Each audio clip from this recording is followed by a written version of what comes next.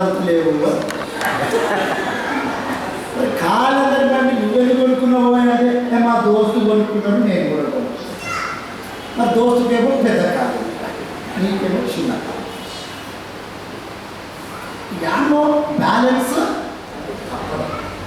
ఈ సృష్టిలో దేవుడు పెట్టినటువంటి ఈ సమతుల్యత ఎప్పుడైతే కొంచెం ఎత్తు తగ్గులు అవుతుందో ప్రపంచంలో ప్రమాదము.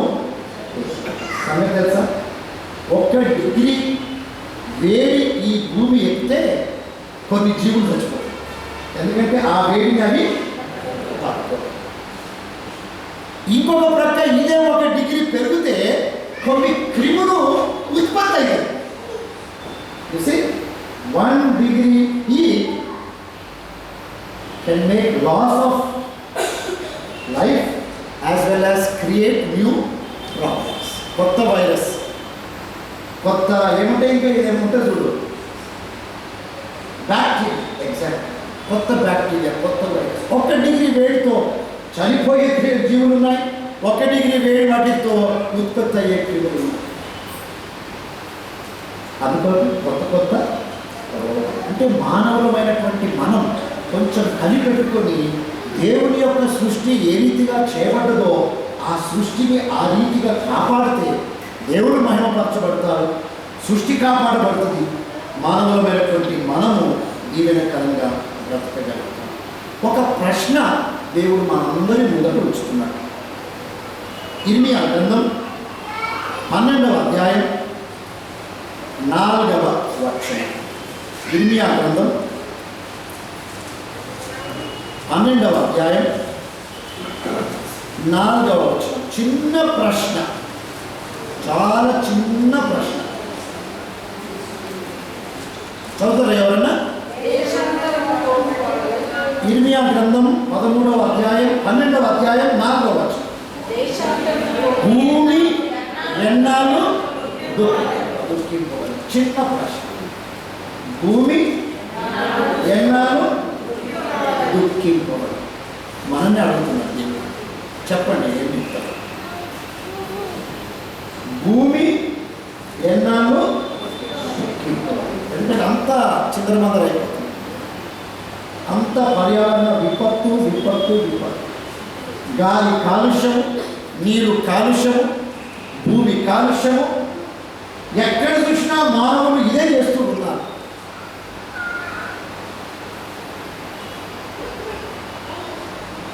భూమి విలపిస్తుంది అని అన్నాడు. ఇప్పుడు ఇర్మియా ప్రవక్త మాటల్లో దేవుడు ఏమంటున్నాడంటే భూమి ఎంత కాలము దుఃఖపడాలి చెప్పండి. సృష్టి ఎప్పటికుంటుంది నాయ, మనుషులు ఉండరో లేదో మనకు తెలియదు, కానీ ఎందుకంటే సృష్టి మనకంటే ముందు నుంచి ఉన్నది. అర్థమైందా? సృష్టి, thank you very much for the nice answer. సృష్టి మానవుల కంటే ముందు నుంచి ఉన్నది. ఒకవేళ మానవులు ఇదే కోవతో ముందుకు పోతే మానవ జాతి పోవచ్చేమో, కానీ తక్కిన సృష్టి ముందుకు అంత ప్రమాదంలోనికి ఈ ప్రపంచాన్ని ఈ మానవులు తీసుకొని భయమైతే వెళ్ళారు. మీకు కొంతమంది అయితే ఈ మొక్కలు ఇప్పటిదాకా నవ్వు మొక్కలు ఉండే ఇప్పుడు మెల్లగా తీసుకుపోయాడు. అవును మరి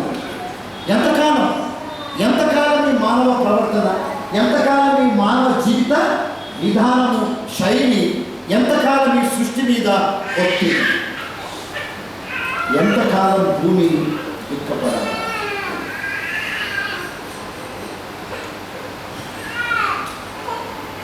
మరి ఒక నిరీక్షణ, ఒక చిన్న నిరీక్షణ. ఆ నిరీక్షణ ఎక్కడ కనబడుతుందంటే రోమా పత్రికలో 8వ అధ్యాయం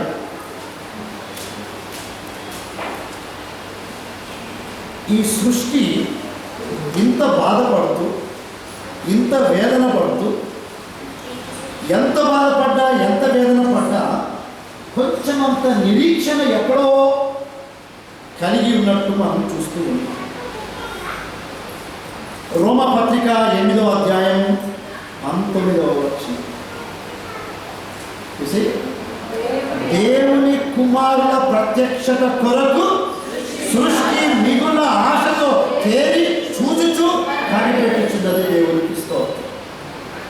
నిరీక్షణ ఉన్నది. నిరీక్షణ ఉన్నది.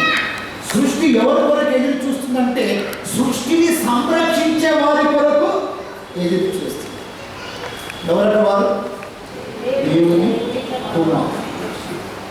ఇది పితృస్వామ్య వ్యవస్థలో రచింపబడింది కనుక దేవుని పిల్లల కొరకు కుమారుడు కుమార్తెలు తనెందరైతే అంగీకరించినో వారందరికీ, అనగా తన నామమునందు విశ్వాసం ఉంచిన వారికి దేవుని పిల్లలకు ఆయన అధికారము అనుగ్రహించినాడు. మనమందరము దేవుని పిల్లలుగా ఇక్కడ కూర్చొని ఉన్నాం.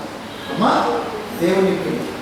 సృష్టి లయమైపోతున్నటువంటి ఈ పరిస్థితిలో సృష్టికి ఉన్నటువంటి ఏకైక నిరీక్షణ ఎవరు? దేవుని పిల్లలు. ఎందుకు అనంటే ఈ దేవుని పిల్లలే ఈ సృష్టిని కాపాడగలిగినటువంటి వారు. ఈ దేవుని పిల్లలే సృష్టిని సంరక్షించగలిగినటువంటి వారు. నెహెమ్యా గ్రంథం 9వ అధ్యాయం 6వ వచనం ఒక్కసారి ఎవరైనా చదవండి.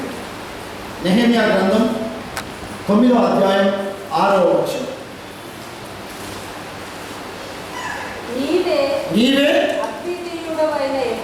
నీవే అద్వితీయుడవైన యెహోవా.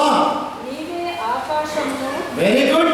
నీవే ఆకాశమును మహాకాశమును వాటి సైన్యమును భూమిని దానిలో ఉన్నది అంతటిని సముద్రములను వాటిలో ఉన్న వాటినన్నింటినీ సృజించి వాటన్నిటిని కాపాడువాడవు. కాబట్టి దేవుడు ఒక పక్క సృష్టికర్త, మరొక పక్క సంరక్షణ. అంటే సృష్టిని దేవుడు చేసి వదిలిపెట్టలేదు. చేసిన సృష్టిని దేవుడు కాపాడుతున్నాడు. మరి దేవుడి యొక్క కాపాడేటటువంటి ప్రణాళికలో దేవునికి చేయూతనిచ్చేవారు ఎవరు? దేవుని పిల్లలు, నీవు. కాబట్టి దేవుని పిల్లల వారు ఒక కొత్త బాధ్యతను మనం స్వీకరించుకోవాలి. ఏ బాధ్యతను స్వీకరించాలంటే ఈ సృష్టిని కాపాడే బాధ్యతను స్వీకరించాలి. ఇప్పుడు మనం అందరం మంచిగా స్టైల్గా కూర్చున్నాం కదా. ఉండే స్టైల్గా అంటే ఎక్కడ? బెంచ్ మీద. మరి బెంచ్ల మీద కూర్చోవాలంటే అదొక చెట్టు కదా. అప్పుడు మంచి పచ్చ ఆకులు, ఎర్ర పువ్వులు, మంచి గాలి, నీటి నిల్వ, అందరికీ నీడ, కానీ మనం కూర్చోవాలి. అయితే మరి ఒకవేళ మనం మన జీవితాల్లో ఎన్ని చెట్లను ఉపయోగించుకోవలసి వస్తుంది అని మనం ఒకవేళ అంచనా వేసుకుంటే మరొక 2-3 చెట్లను నాటితే బాగుంటుంది కదా. ఈ దినం ఆ పని చేయాలి అంటే ఇంత పెద్ద బాధ్యత ఉన్నది. కానీ మన వంతు కృషి మనము చేయాలి. చేయగలిగింది చేయాలి. ఇశ్రాయేల్ దేశంలో ఏం చేస్తున్నారంటే ఎవరైనా పుట్టిన వారి పేరట వెంటనే ఒక చెట్టు నాటేస్తారు. ఎవరిదైనా బర్త్డే అయితే బర్త్డేను పురస్కరించుకొని ఒక చెట్టు నాటేస్తున్నారు. ఎవరిదైనా వెడ్డింగ్ యానివర్సరీ అయితే వెడ్డింగ్ యానివర్సరీని పురస్కరించుకొని ఒక చెట్టు నాటేస్తున్నారు. ఎవరైనా చనిపోతే కూడా వారి మెమోరియల్లా ఒక చెట్టును నాటుతున్నారు. అంటే జరిగినటువంటి ఇంత ఉపద్రవాన్ని మళ్ళా మనం కొంచెం సమతుల్యతలోనికి తీసుకొని వచ్చేటటువంటి ప్రణాళికలో మన వంతు కృషి మనము చేయాలి. గుడిలో పెట్టాలా, ఇంటికాడ కూడా ఒక చెట్టు ఏమైనా పెడితే మంచి. కాబట్టి వాళ్ళ లేవియ కాండంలో దేవుడు అంటాడు, నేను మీకు ఇవ్వబోయేటటువంటి ఈ స్థలము మీరు ఆక్రమించుకున్నప్పుడు దాంట్లో నానా విధములైన చెట్లను నాటండి. దేవుడు నాటండి. ఏదే తోటలో దేవుడి చెట్లు అవసరమా? దేవునికి చెట్లు అవసరమా? అయినా నాటు. మరి అవసరం ఉన్నటువంటి మనం ఇంకేమి నాటాలి?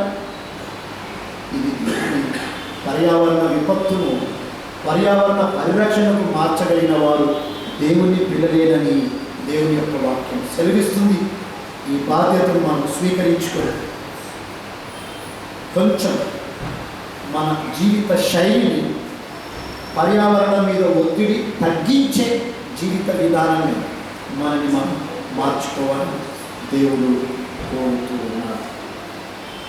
సిఎస్ఐలో చాలా ప్రణాళికలు. చర్చ్ ఆఫ్ సౌత్ ఇండియాకి సెంట్రల్ గవర్నమెంట్ ఆఫ్ ఇండియా వారు ఒక అవార్డు ఇచ్చారు. ఎందుకు అని అంటే సిఎస్ఐ సంఘాలు పర్యావరణాన్ని పరిరక్షించే సంఘాలుగా ఉన్నాయని గుర్తించి ఈ అవార్డు వారు మనకి ఇవ్వడం జరిగింది. దేవునికి స్తోత్రం. ప్రియమైనటువంటి వాళ్ళారు, మనం అనుకున్నాం ఈ దినం ఒక చెట్టు. స్కూల్లో పనిచేసే టీచర్స్ ఉన్నారు, ప్రిన్సిపల్స్ ఉన్నారు, మన ఇంటికాడ ఎంతలో అంతలో జాబ్ ఉంటుంది. ఒక చెట్టు ఉన్నారు. మన వంతు బాధ్యత మనం నిర్వహించుకున్నాం. దేవుడి తన యొక్క కృపా సహాయం మనందరికీ దయచేయును కాక. తండ్రి కృపగలనా ఈ సృష్టిని బట్టి నీ వందనాలు చెల్లిస్తున్నాను. యేసుక్రీస్తు ప్రభువు, ఇదిగో నీవు సృష్టిలో నీ యొక్క